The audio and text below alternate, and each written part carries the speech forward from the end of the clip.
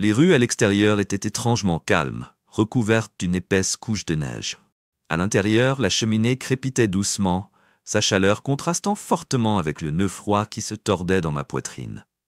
Le sapin de Noël scintillait dans le coin, orné de lumières et d'ornements, une collection couvrant 35 ans de mariage.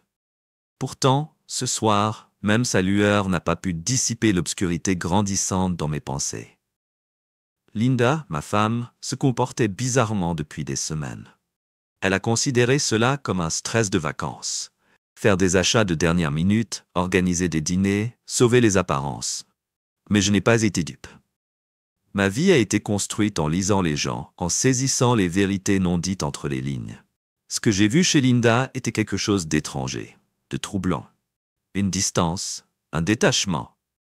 Et ce soir, ses actes ont confirmé mes pires craintes.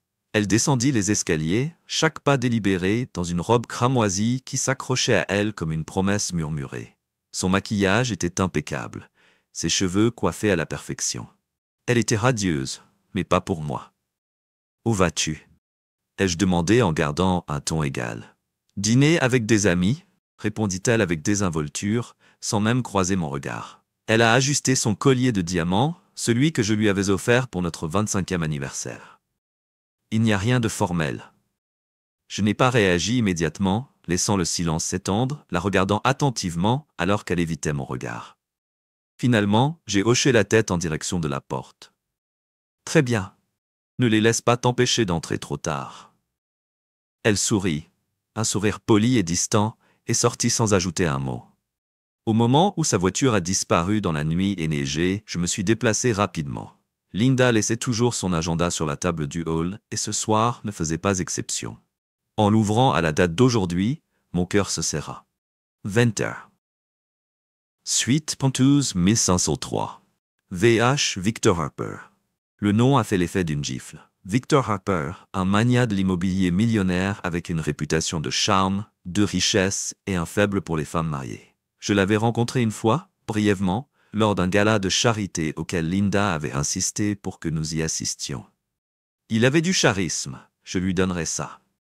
Assez, semblait-il, pour transformer ma femme en idiote.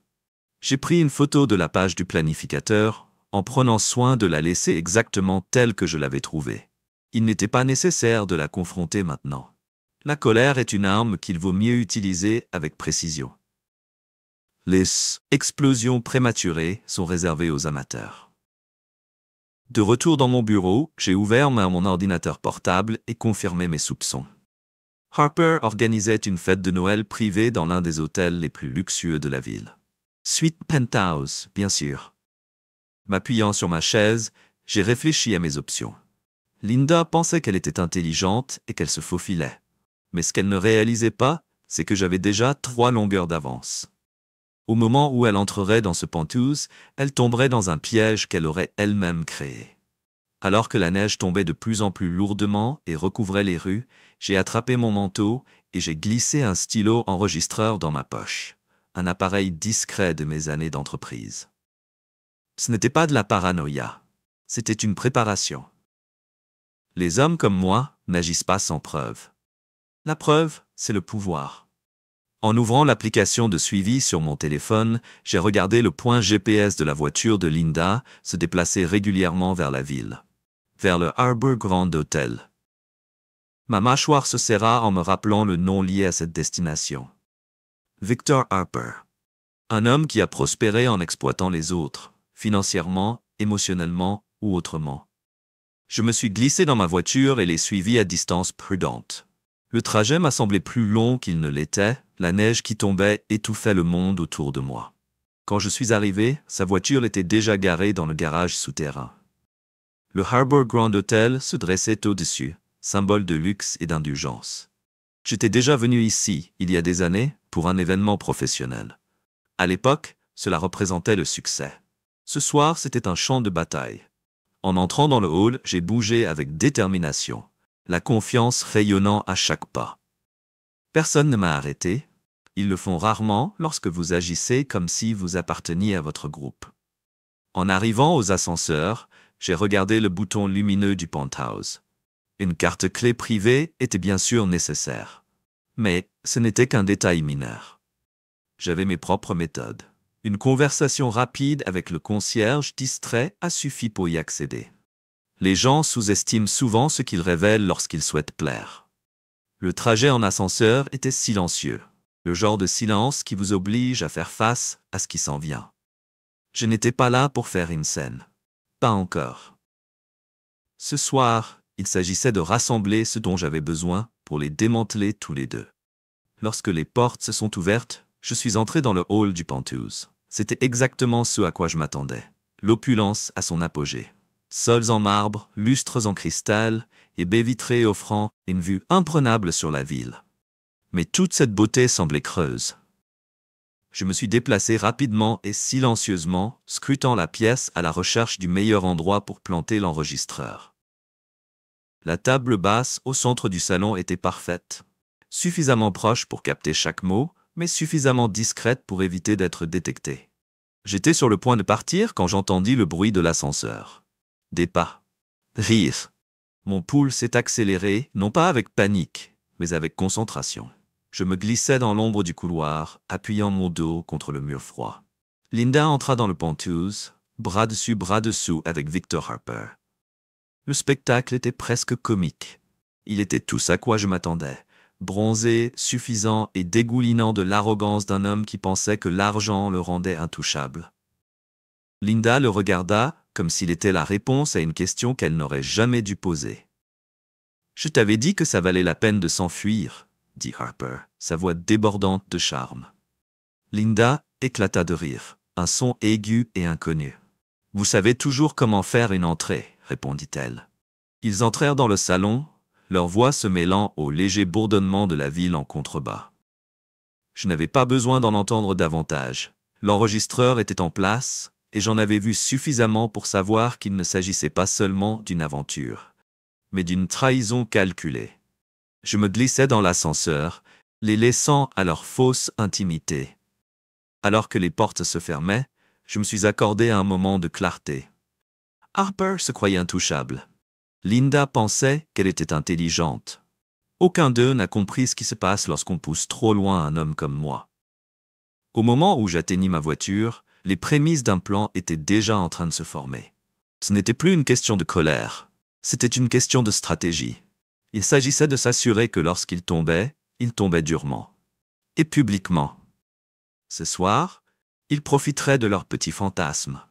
Demain, je commencerai à le démonter pièce par pièce. J'étais assis dans la faible lueur de ma cuisine, l'ordinateur portable bourdonnant doucement devant moi. Le silence dans la maison était assourdissant, interrompu seulement par le tic-tac occasionnel de l'horloge sur le mur. Linda ne reviendrait pas avant des heures. Cela m'a donné suffisamment de temps pour me préparer. Elle pensait que je ne le remarquerais jamais. Elle pensait que j'allais continuer mes journées, inconscient de la trahison qui se passait sous mon nez. Mais la vérité est que je l'observais depuis des semaines, sans réagir, sans la confronter. Je regarde juste. Apprentissage. En attendant, cette patience était sur le point de payer. Le Harbour Grand n'était pas seulement un hôtel, c'était un terrain de jeu pour l'élite de la ville, un lieu où des accords étaient conclus et des secrets partagés. Victor Harper pensait que c'était son sanctuaire. Ce soir, cela deviendrait sa vulnérabilité. Je me suis connecté à mes comptes privés, ceux dont Linda ignorait l'existence. Au fil des années, j'ai appris l'importance d'avoir un plan de secours, même dans un mariage. En quelques clics, j'ai transféré notre épargne commune dans une fiducie protégée à mon nom. Les cartes de crédit ont suivi. Au moment où Linda s'en rendrait compte, son indépendance financière ne serait plus qu'un souvenir.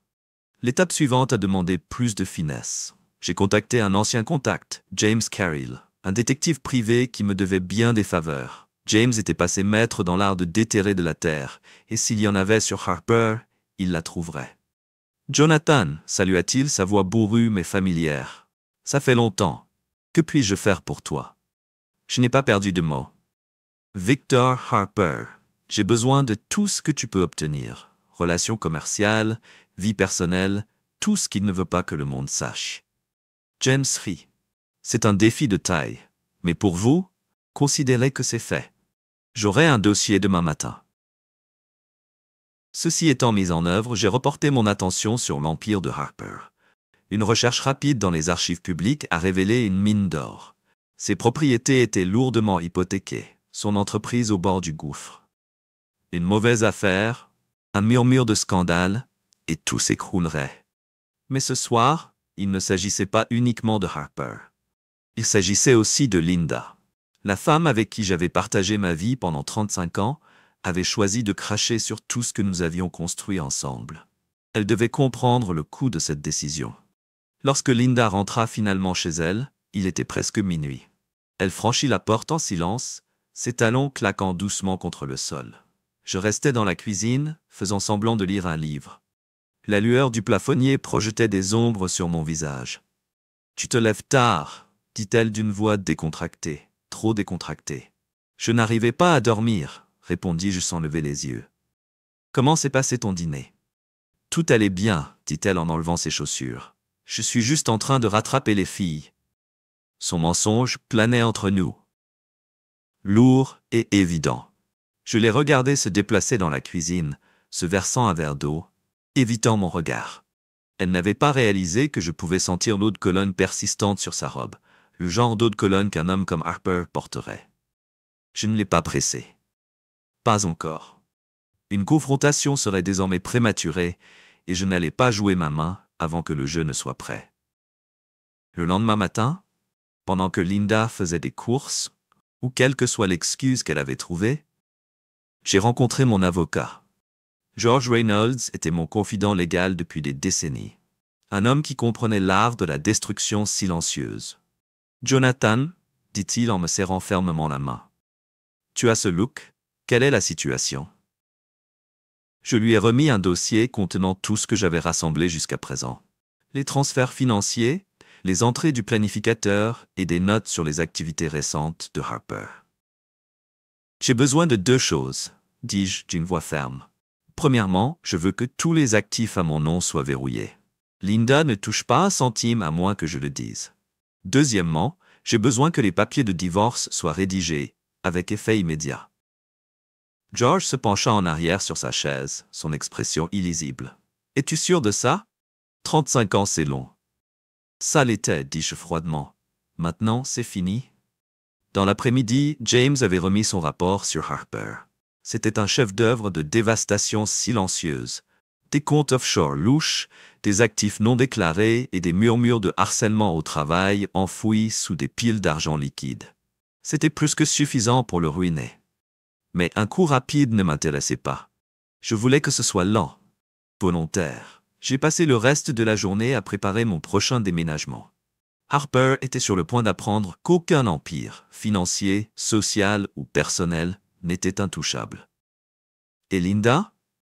Elle regarderait tout se dérouler, sachant qu'elle avait choisi le mauvais homme à trahir. La tempête à l'extérieur reflétait celle qui se préparait en moi. La neige a frappé les fenêtres alors que j'étais assis dans mon bureau, le léger bourdonnement de mon ordinateur portable brisant le lourd silence. À présent, j'avais tout ce dont j'avais besoin pour commencer à démonter la façade construite par Linda et Harper. Mais il ne s'agissait pas d'agir de manière imprudente. Il s'agissait de leur faire ressentir chaque once de ce qu'ils m'avaient fait. Les faiblesses de Harper ont été mises à nu dans le rapport fourni par James. Il n'était pas le magnat intouchable qu'il prétendait être. Sa fortune était au bord de l'effondrement, maintenue par des comptes offshore louches et la confiance fragile de ses investisseurs. Si un domino tombait, les autres s'effondraient. C'était là que je frapperais en premier. J'ai contacté l'un des plus grands investisseurs de Harper, un homme nommé Richard Pierce. Richard et moi nous étions croisés il y a des années en affaires. Même si nous n'avions jamais été proches, il y avait un respect mutuel.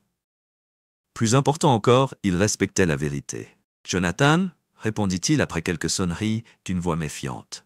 « De quoi s'agit-il »« Harper » dis-je sans détour. « J'ai des informations que vous voudrez voir. » Il y eut une pause avant qu'il ne réponde. « Continue. »« Je vous envoie un dossier. Examinez-le attentivement. C'est votre argent en jeu, Richard. Je vous suggère d'agir rapidement. » Je n'ai pas attendu sa réponse pour accrocher. Les gens comme Richard n'avaient pas besoin d'être convaincus une fois que les faits étaient devant eux.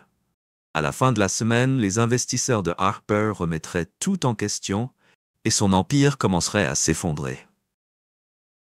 Mais Harper ne représentait que la moitié de l'équation. Linda a également dû faire face aux conséquences de ses actes. Elle pensait pouvoir vivre une double vie, récolter les fruits de mon travail acharné tout en poursuivant les sensations fortes du monde de Harper. Cette illusion était sur le point de se briser. Le lendemain soir, Linda rentra chez elle plus tôt que d'habitude. Son attitude était différente, nerveuse, presque prudente. Peut-être avait-elle commencé à sentir que quelque chose n'allait pas, même si elle n'avait aucune idée de l'ampleur de mes projets. « Le dîner est prêt », dis-je avec désinvolture alors qu'elle franchissait la porte. La cuisine était prête. 2 assiettes de poulet rôti et de légumes, et une bouteille de vin au frais sur le comptoir. Elle hésita, ses yeux se tournèrent vers les miens. Ça a l'air sympa.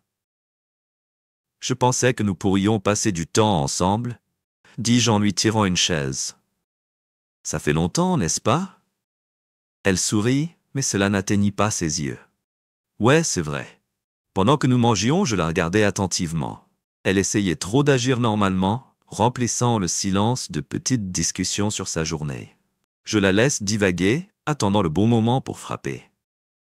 Tu sais, dis-je finalement en posant ma fourchette, j'ai beaucoup réfléchi à la confiance ces derniers temps. Sa main se figea à mi-chemin de son verre de vin. Ah? Et alors? Je m'appuyai en arrière sur ma chaise, laissant le silence s'étendre. Comme c'est fragile, comme c'est facile à briser. Les yeux de Linda se tournèrent sur le côté, évitant les miens. Pourquoi tu parles de ça? Je réfléchis juste, dis-je d'une voix calme. Tu as passé beaucoup de temps dehors ces derniers temps, occupé avec les filles, n'est-ce pas? Son sourire s'effaça. Ouais, tu sais comment c'est, les fêtes de fin d'année et tout ça. Bien sûr, répondis-je en me levant pour me servir un autre verre de vin. Mais je me demande, à quel point peut-on vraiment faire confiance à quelqu'un lorsqu'il cache des choses? Le visage de Linda pâlit. Jonathan, qu'est-ce que tu essaies de dire? Je n'ai pas répondu. Au lieu de cela, je me suis dirigé vers le salon et j'ai récupéré l'agenda qu'elle pensait que je n'avais pas remarqué. Je l'ai laissé tomber sur la table entre nous, le rendez-vous cerclé de rouge la regardant. Tu as oublié ça l'autre soir, dis-je froidement. Voulez-vous expliquer? Pantouz VH? Elle regarda le planificateur, son visage étant un masque de choc et de peur. Ce n'est pas ce que tu penses, balbutia-t-elle. Alors dis-moi, dis-je, ma voix plus aiguë maintenant. Qu'est-ce que c'est? Sa bouche s'ouvrait et se fermait, mais aucun mot n'en sortait. Le mensonge qu'elle essayait de formuler mourut avant même de pouvoir quitter ses lèvres. C'est ce que je pensais, dis-je en me rapprochant. Tu me mens depuis des mois, en te faufilant, en utilisant mon argent pour financer tes petites aventures. Tu pensais vraiment que je ne le découvrirais pas. Jonathan, s'il te plaît, murmura-t-elle, la voix tremblante. C'était une erreur. Non, la coupai-je, d'un ton froid et définitif. Une erreur est d'oublier de ramasser du lait en rentrant chez soi. Ceci, c'est une trahison, et je ne pardonne pas la trahison. Les yeux de Linda se sont remplis de larmes, mais je n'ai rien ressenti. Elle avait fait ses choix, et désormais, elle allait en subir les conséquences. Le lendemain matin, j'ai déposé les papiers de divorce que George avait préparés. Linda a été servie à midi. Son expression choquée, capturée sur la photo que mon avocat m'a envoyée, n'a fait que confirmer que la réalité était enfin en train de s'imprégner. Mais ce n'était pas fini. Pas encore. Harper devait encore payer, et je ne faisais que commencer. Je ne me suis pas arrêté après que les excuses de Linda se soient effondrées. Ces larmes ne signifiaient rien pour moi. Il s'agissait des tentatives désespérées de quelqu'un essayant d'échapper aux conséquences de ses actes. Mais il n'y avait pas d'échappatoire, ni pour elle, ni pour Harper. Dès que les papiers du divorce ont été signifiés, j'ai lancé la phase suivante de mon plan. Linda ne perdait pas seulement son mari, elle perdait sa vie confortable. J'avais déjà sécurisé nos actifs communs, l'avais exclu des comptes et annulé toutes les cartes portant son nom. Elle a été complètement coupée. Il était désormais temps de démanteler Harper. Richard Pierce avait fait exactement ce que j'espérais. À la fin de la journée, des rumeurs sur les activités douteuses de Harper circulaient parmi ses principaux bailleurs de fonds. Une réaction en chaîne avait commencé et les fissures de son empire commençaient à apparaître. Mais je n'allais pas laisser cela au hasard. J'ai contacté une autre ancienne relation, une journaliste nommée Clara, qui s'épanouit dans la découverte de scandales très médiatisés. Elle n'était pas seulement douée pour dénoncer la corruption, elle se délectait du chaos que cela provoquait. « Jonathan », a-t-elle dit lorsque j'ai appelé, sa voix aiguisée par la curiosité. « Cela fait des années. Qu'est-ce qui vous pousse à tendre la main maintenant ?»« J'ai une histoire pour toi », répondis-je d'un ton calme et délibéré. « Victor Harper, j'en ai des preuves, des comptes à l'étranger, des évaluations immobilières falsifiées et même des rumeurs de harcèlement enfouies sous les NDA. Intéressé ? » Il y a eu une pause, puis je l'ai entendu sourire au téléphone. « Envoyez-le. Je ferai en sorte qu'il reçoive l'attention qu'il mérite. » Je lui ai envoyé le dossier que James avait compilé, ainsi que quelques notes stratégiques de ma part. Clara n'avait pas besoin de beaucoup de directives. Elle savait exactement comment transformer cela en une tempête médiatique. Ce soir-là, Linda entra dans le salon. Son visage était pâle et tiré, le poids de sa nouvelle réalité s'imposait enfin. Elle n'avait plus accès à notre argent et le monde de Harper n'était pas aussi accueillant qu'elle l'avait imaginé. « Jonathan », commença-t-elle, la voix tremblante, « pouvons-nous parler ?» Je n'ai pas levé les yeux de mon livre. « À propos de quoi ?»« J'ai fait une erreur, » dit-elle rapidement, le désespoir s'insinuant dans son ton. Je n'avais pas les idées claires. Je me suis laissé entraîner dans quelque chose qui ne voulait rien dire. Je fermai le livre et le posai sur la table, croisant enfin son regard. « Ça ne voulait rien dire ?» dis-je froidement. « Tu m'as menti pendant des mois. Tu as dépensé mon argent et tu as défilé avec cet homme comme si j'étais trop aveugle pour le voir. Ce n'est pas moi, Jonathan. S'il te plaît, c'était un moment de faiblesse. »« Rien, Linda, » dis-je en la coupant. Ses yeux se sont à nouveau remplis de larmes, mais je n'ai pas bronché. « Jonathan, s'il te plaît, » supplia-t-elle. « Nous sommes mariés depuis 35 ans. Vous ne pouvez pas tout gâcher. »« Je ne le jetterai pas, » dis-je d'un ton glacial. « Tu l'as fait au moment où tu es entré dans ce penthouse. » Ses supplications continuaient, mais j'en avais assez entendu. Je me levai et sortis de la pièce, la laissant assise dans le vide qu'elle avait créé. Le lendemain, le premier article sur Harper faisait la une des journaux. C'était brutal, exposer ses comptes offshore et ses pratiques commerciales douteuses. À midi, son bureau était inondé d'appels d'investisseurs exigeant des explications. Mais ce n'était que le début. J'ai demandé à James de donner plus de détails en envoyant des conseils anonymes aux agences de réglementation et aux journalistes. En 48 heures, le nom de Harper était devenu tendance pour toutes les mauvaises raisons. Les actions de son entreprise ont chuté et les rumeurs d'enquête se sont répandues, comme une traînée de poudre. Linda, pendant ce temps, appelait Harper sans cesse. Elle pensait qu'il la sauverait, lui offrirait la vie qu'elle pensait mériter. Mais Harper ne répondait pas. Il était trop occupé à regarder son empire s'effondrer. Ce soir-là, je me suis servi un verre de bourbon et je me suis assis près de la fenêtre, regardant la neige tomber. Linda était assise de l'autre côté de la pièce, silencieuse et vaincue. Le téléphone sonna, brisant le silence tendu. Je l'ai décroché, reconnaissant immédiatement le numéro de Harper. « Carter », dit-il, la voix tendue. « Nous devons parler. Nous n'avons rien à discuter, » répondis-je en faisant tournoyer le bourbon dans mon verre. « Vous ne comprenez pas, » a-t-il lancé. « Vous avez fait valoir votre point de vue, vous avez ruiné ma réputation, mais cela va trop loin. » J'ai ri, un son bas et sans humour. « Loin ?» j'ai dit. « Vous pensez que c'est trop loin ? Vous avez essayé de prendre ma femme et de m'humilier en même temps. Vous pensiez pouvoir jouer à vos jeux sans conséquence. Dis-moi, Victor, qu'est-ce que ça fait de finalement perdre ?» Il y eut un long silence à l'autre bout du fil. Lorsque Harper reprit la parole, sa voix était plus calme. « Vous avez fait valoir votre point de vue, Carter. Je resterai loin de Linda. Juste, recule. » J'ai mis fin à l'appel sans répondre. Ce n'était pas fini, pas encore. Harper avait besoin de tout perdre. Tout comme il avait essayé de tout me prendre. Le lendemain matin, le chaos commença. Le nom de Harper était affiché sur tous les principaux médias. Les gros titres faisaient état d'inconduite financière, de fraude et de l'effondrement de son empire immobilier. Les réseaux sociaux ont explosé de spéculation. Les employés ont raconté des histoires accablantes et les investisseurs se sont empressés de prendre leur distance. J'ai regardé tout cela se dérouler depuis le confort de ma cuisine, une tasse de café fumante à la main. Le monde que Harper avait construit sur des mensonges s'effondrait sous lui. Et je n'avais même pas utilisé toutes les armes de mon arsenal. Linda, de son côté, s'effondrait. Elle a passé la majeure partie de la matinée à arpenter le salon, son téléphone fermement serré dans sa main. Je savais qu'elle essayait de l'atteindre. Elle l'avait appelé au moins une douzaine de fois la nuit précédente, et chaque tentative était restée sans réponse. Finalement, elle s'est tournée vers moi, le désespoir inscrit sur son visage. « Jonathan, dit-elle avec hésitation, pouvons-nous parler ?»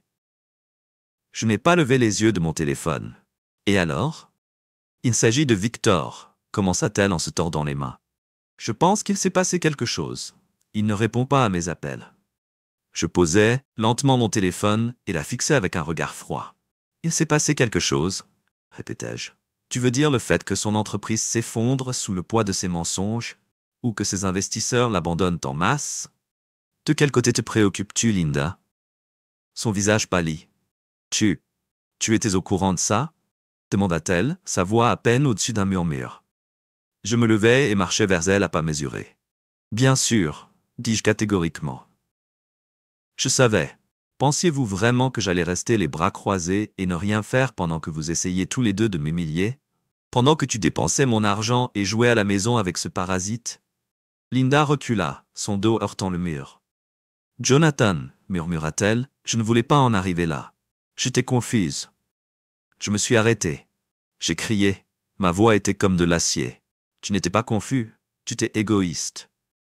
Tu pensais que tu pouvais t'amuser et revenir à la vie que j'avais construite pour toi, comme si de rien n'était. Mais la vie ne fonctionne pas de cette façon, Linda. Plus maintenant. » Ses larmes ont commencé à couler. Mais je n'ai rien ressenti. Elle avait fait ses choix. Et maintenant, elle observait les conséquences se dérouler en temps réel. Dans l'après-midi, Harper était en chute libre. Son entreprise a publié une déclaration niant les allégations, mais cela n'a pas fait grand-chose pour arrêter l'hémorragie. Le stock a encore chuté, ses bureaux ont été envahis par les journalistes, et au moins 2 poursuites ont été intentées contre lui avant la fin de la journée. J'ai décidé qu'il était temps de porter le coup final. J'ai appelé James qui surveillait tranquillement les mouvements de Harper depuis le début. « Où est-il » j'ai demandé. « Sa maison » répondit James. « Il s'est enfermé. Les journalistes campent dehors, mais il n'a pas bougé de la journée. »« Bien, dis-je. Je lui rends visite ce soir. » James hésita. « Es-tu sûr que c'est sage ? Il est désespéré, Jonathan. Les hommes comme lui sont dangereux lorsqu'ils sont acculés. »« Moi aussi, » dis-je avant de raccrocher.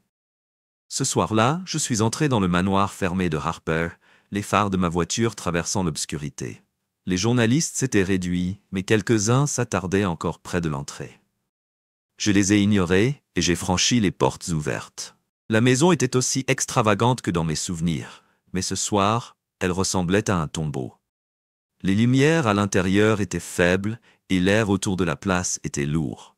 J'ai frappé à la porte, mon poing fermement contre le bois orné. Harper l'ouvrit après quelques instants, le visage décharné et pâle. La confiance suffisante qu'il dégageait la nuit où je l'avais vu avec Linda avait disparu, remplacée par la peur et l'épuisement. « Carter, » dit-il faiblement, reculant alors que j'entrais sans y être invité. « Que veux-tu » Je ferme la porte, derrière moi. Le son résonnait dans les couloirs vides. « Nous devons parler, » dis-je froidement. Il rit amèrement en passant une main dans ses cheveux ébouriffés. « Parler ? Tu as déjà détruit ma vie, que veux-tu de plus ?» Je me suis rapproché, ma présence remplissant l'espace entre nous. « Je veux que tu comprennes ce qui arrive quand tu croises un homme comme moi. Tu pensais pouvoir prendre ce qui m'appartenait, m'humilier et repartir indemne.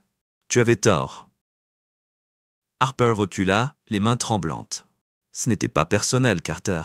C'était juste du travail. »« Entreprise ?» répétai-je à voix basse. « Vous appelez séduire la femme d'un autre une affaire ? Dépenser mon argent, prendre ce que j'ai construit et essayer de me ridiculiser? Laisse-moi te dire quelque chose, Victor. C'est personnel. Et je n'ai pas encore fini. » Je l'ai laissé là, tremblant au milieu de son empire en ruine. En partant, je savais qu'il ne s'en remettrait jamais. Son nom était ruiné, sa richesse avait disparu et son pouvoir n'était plus qu'un lointain souvenir. De retour à la maison, Linda était assise sur le canapé et regardait le sol.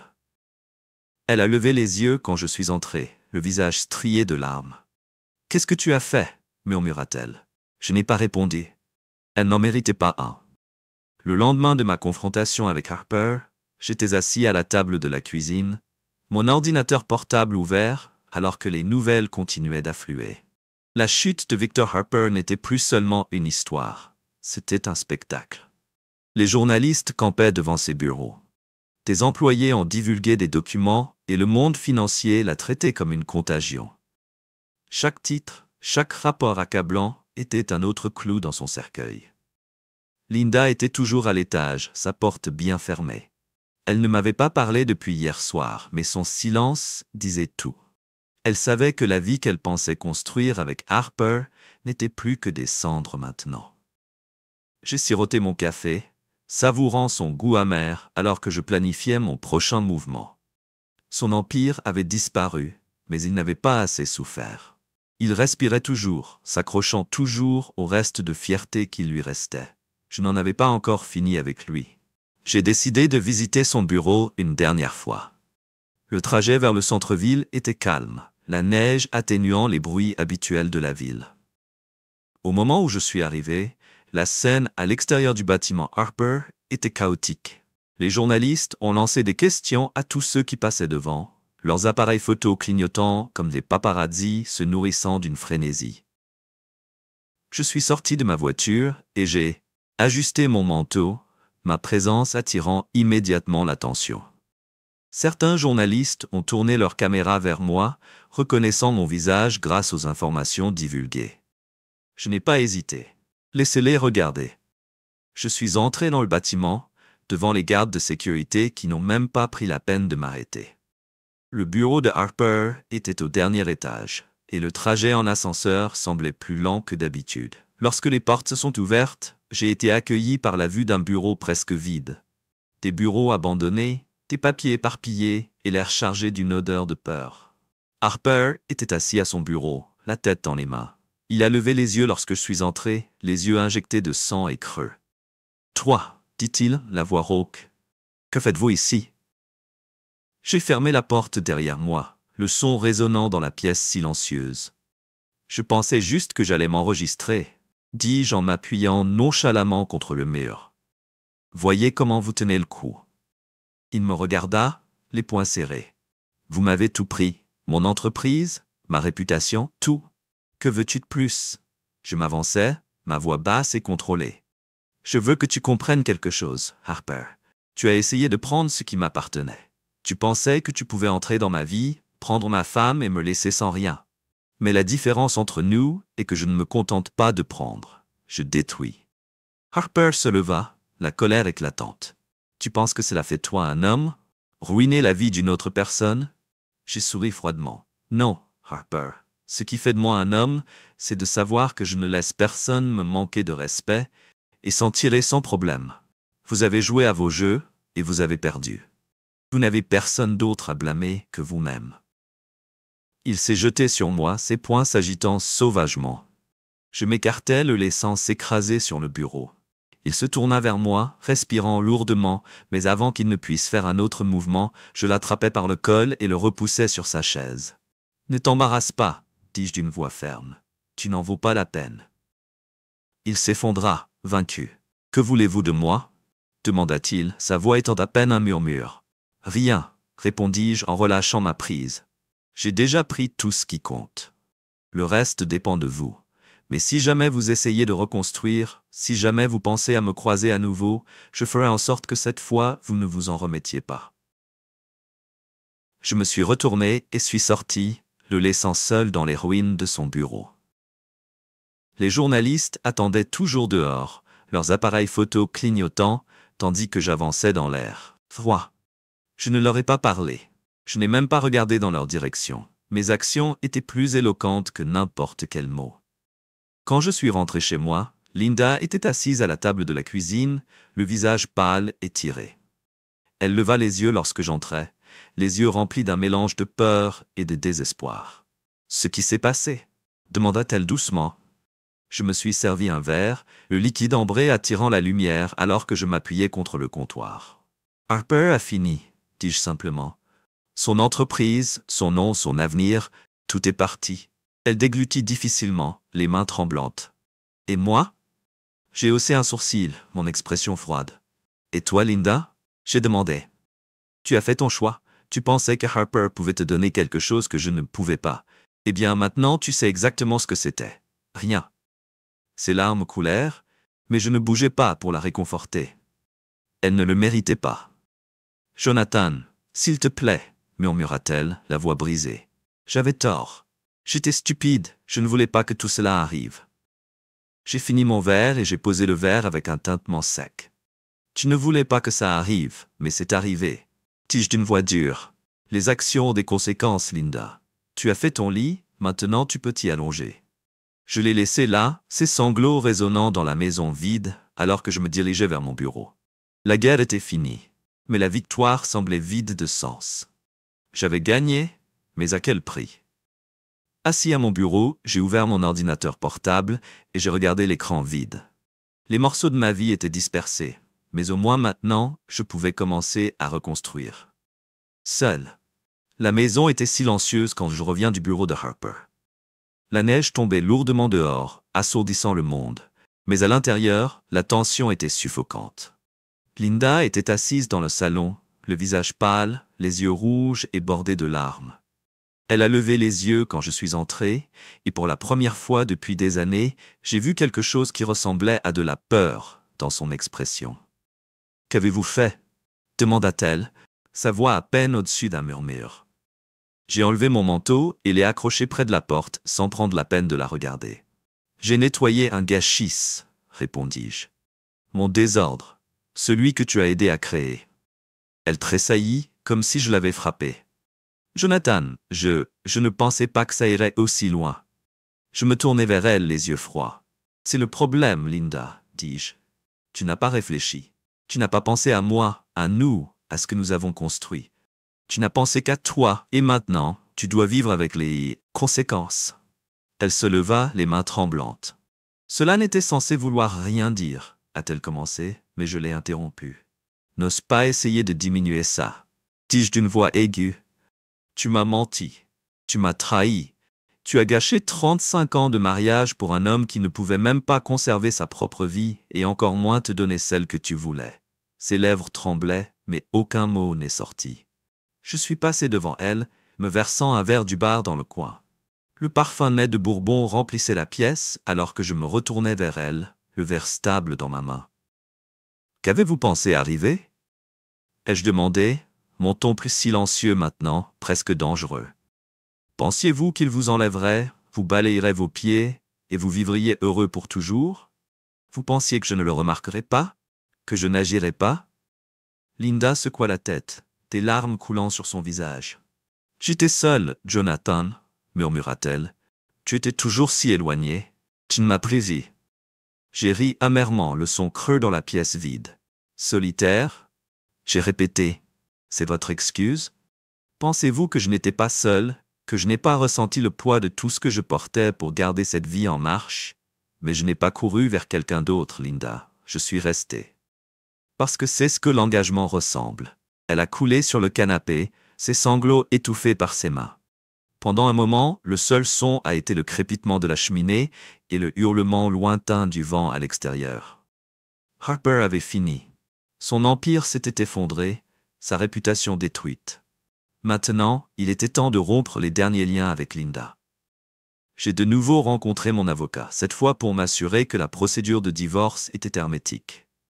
George écoutait attentivement pendant que je décrivais mes plans.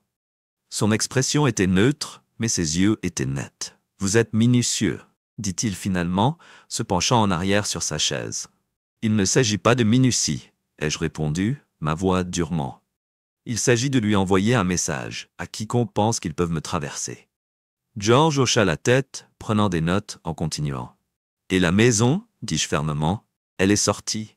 C'est en mon nom. Elle peut emballer ses affaires et partir. » Je me fiche de l'endroit où elle va, tant que ce n'est pas là. Au moment où je suis rentré chez moi, les papiers étaient prêts. Linda était assise à la table à manger, regardant fixement par la fenêtre. Elle n'a même pas tourné quand j'ai placé le dossier devant elle. « Qu'est-ce que c'est ça ?» demanda-t-elle, sa voix plate. « Les papiers de divorce, dis-je simplement. Vous pouvez les signer maintenant ou vous pouvez demander à votre avocat de les regarder. » Sa tête claqua vers moi, les yeux écarquillés d'incrédulité. « Vous ne pouvez pas faire ça, murmura-t-elle. »« Je peux, dis-je, ma voix calme. Et je le ferai. Tu as fait tes choix, Linda. Maintenant, tu peux vivre avec eux. » Cette nuit-là, j'ai emballé les restes de ma vie avec elle.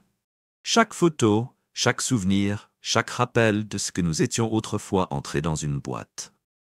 En le fermant, j'ai ressenti un étrange sentiment de fermeture. Linda est restée dans sa chambre, son silence aussi lourd que la neige tombant à l'extérieur. Je ne l'ai pas vérifié. Je m'en fichais plus. Le matin, j'avais pris des dispositions pour les déménageurs. La maison serait à moi à nouveau, sans elle, sans mensonge, sans trahison. Ce n'était pas la fin, mais c'était un nouveau départ. Au moment où le week-end est arrivé, la tempête de neige s'était installée, mais le chaos que j'avais déclenché faisait toujours rage. Le nom de Harper était brûlé à travers chaque titre. Les actifs de son entreprise ont été gelés, en attente d'enquête. Les investisseurs sautaient plus rapidement des navires qu'ils ne pouvaient plaider pour obtenir de l'aide. Et Linda, elle était toujours là, emballant ses affaires dans des valises avec des mains tremblantes. Je lui avais donné une date limite, dimanche soir. Je ne me souciais pas où elle allait, tant que c'était loin de moi. Mais je n'avais pas encore fini. Cet après-midi, j'ai appelé James. Il avait gardé un œil sur Harper, me nourrissant des mises à jour alors que sa vie s'effondrait. « Il est désespéré », a déclaré James, son ton aussi sombre que la nouvelle qu'il a livrée. Les avocats tournent comme des vautours et il y a des accusations criminelles. La noyade de l'homme. « Bien, dis-je froidement. Maintenant, j'ai besoin de vous pour livrer le message final. » James a hésité. « Êtes-vous sûr de ça ? Il est déjà cassé. » Je me suis penché en arrière sur ma chaise, le poids de tout ce qui me pressait comme une armure. Ce n'est pas suffisant. Des hommes comme lui n'apprennent que lorsque vous ne les laissez rien. James soupira, mais n'a pas discuté. « Très bien. Qu'est-ce que tu as en tête ?» Ce soir-là, je m'habillais brusquement, le genre de look qui a attiré l'attention. J'ai conduit à l'hôtel où Harper s'était caché, loin du luxe de son penthouse. À mon arrivée, le hall était presque vide, à l'exception de quelques voyageurs fatigués. Le greffier à la réception me regarda à peine alors que je passais devant en direction de l'ascenseur. Harper était au 3e étage. James avait confirmé qu'il était seul, se buvant dans l'oubli. J'ai frappé à sa porte, le son fort et délibéré. Il lui a fallu un moment pour répondre. Son visage était pâle, hagard. « Toi » cracha-t-il, sa voix se lance. « N'as-tu pas fait assez ?» Je le dépassais, entrant dans la petite pièce faiblement éclairée. Les bouteilles jonchaient la table, les rideaux serrés. Harper tituba après moi, sa colère cachant à peine la peur dans ses yeux. « Je suis venu vous donner le choix, » dis-je, ma voix froide et stable. Il rit amèrement, s'effondrant sur le bord du lit. « Un choix ? Quel choix ai-je laissé ? Vous avez tout détruit. » Je me rapprochais, le dominant. « Vous pouvez soit disparaître tranquillement, d'étendre la ville et ne jamais revenir, ou vous pouvez rester et me laisser finir le travail. Croyez-moi, Harper, il y a encore beaucoup de choses que je peux vous prendre. » Ses mains tremblaient alors qu'il atteignit une bouteille, mais je l'ai assommé de sa portée. « Assez, dis-je brusquement. Vous ne vous noyez pas à vous en sortir. » Harper me regarda, ses yeux injectés de sang et creux. « Pourquoi fais-tu ça ?» Je me penchai, ma voix tombant à un murmure dangereux. « Parce que tu pensais que tu pouvais prendre ce qui était le mien.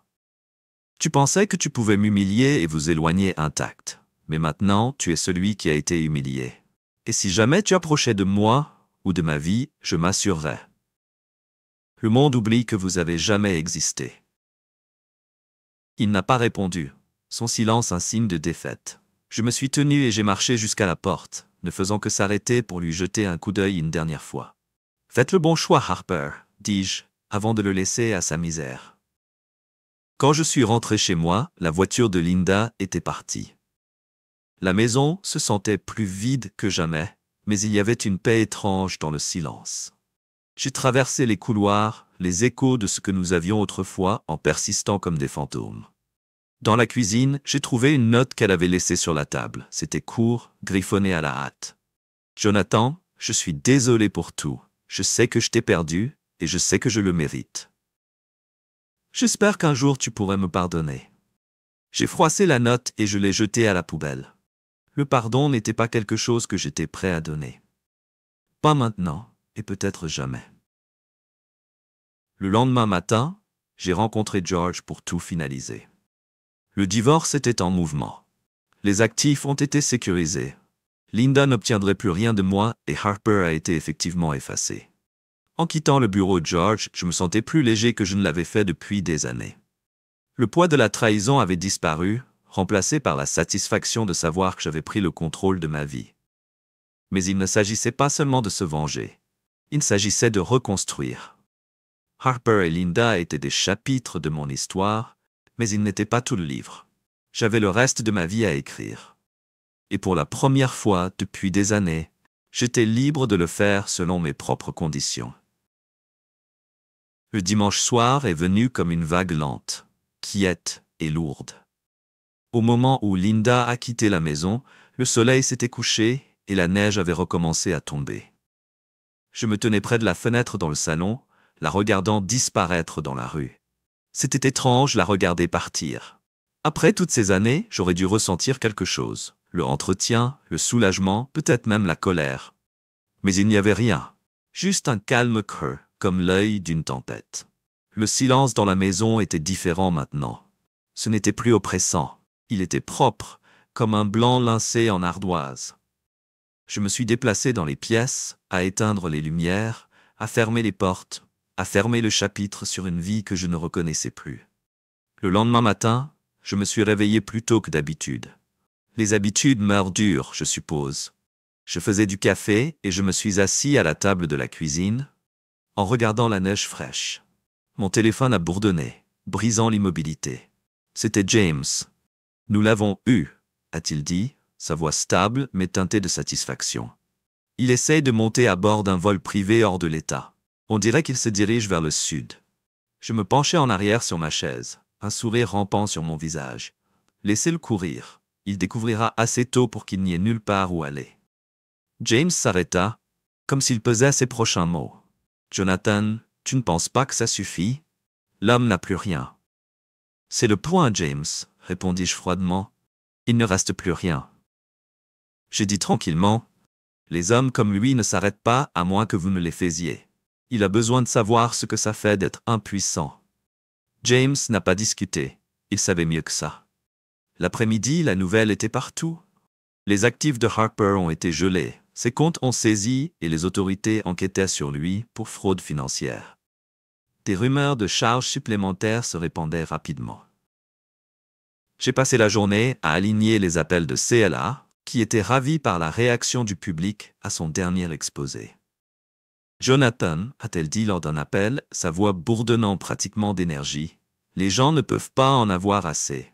Harper est devenu l'affiche pour la cupidité et l'arrogance. » « Bien, répondis-je simplement. Au fil de la journée, cependant, j'ai remarqué quelque chose d'étrange. La satisfaction que j'attendais de voir Harper tomber n'était pas aussi nette que je l'avais prévu. C'était là, bien sûr, mais ce n'était pas suffisant. Aucune vengeance n'a pu effacer la trahison. Ce soir-là, je me suis retrouvé dans l'étude, en triant de vieux papiers. Parmi les piles de documents et de fichiers, il y avait un album photo Linda et moi avions mis en place il y a des années. Je l'ai presque ignoré, mais quelque chose m'a fait arrêter. La première page était une photo de nous le jour de notre mariage. J'ai à peine reconnu le jeune homme qui me regarde. Il y avait une lumière dans ses yeux, un sentiment d'espoir qui se sentait à l'étranger maintenant. En traversant les pages, j'ai vu la vie que nous avions construite ensemble. Des évacations, des vacances, de petits moments qui semblaient énormes à l'époque. Et puis, alors que je tournais la dernière page, ça m'a frappé. Tout était parti. Pas seulement le mariage, mais la confiance, la conviction que ce que nous avions était inébranlable. Le lendemain matin, j'ai appelé George. « C'est fait. lui dis-je. Assurez-vous que le divorce est finalisé rapidement. Il n'a pas posé des questions. Il n'en avait pas besoin. Avec Linda Gone et Harper en ruinée, la maison se sentait comme un endroit étranger. J'ai passé la journée à emballer les derniers restes de la vie que j'avais laissés derrière eux. Des boîtes de photos, des souvenirs et des lettres sont entrées dans le grenier. Hors de vue, mais pas oubliées. Le soir, je me tenais sur le balcon, un verre de bourbon à la main. La Vive s'étendait devant moi, calme et froide sous la couverture de neige. Pour la première fois depuis des années, j'ai ressenti quelque chose de proche de la paix.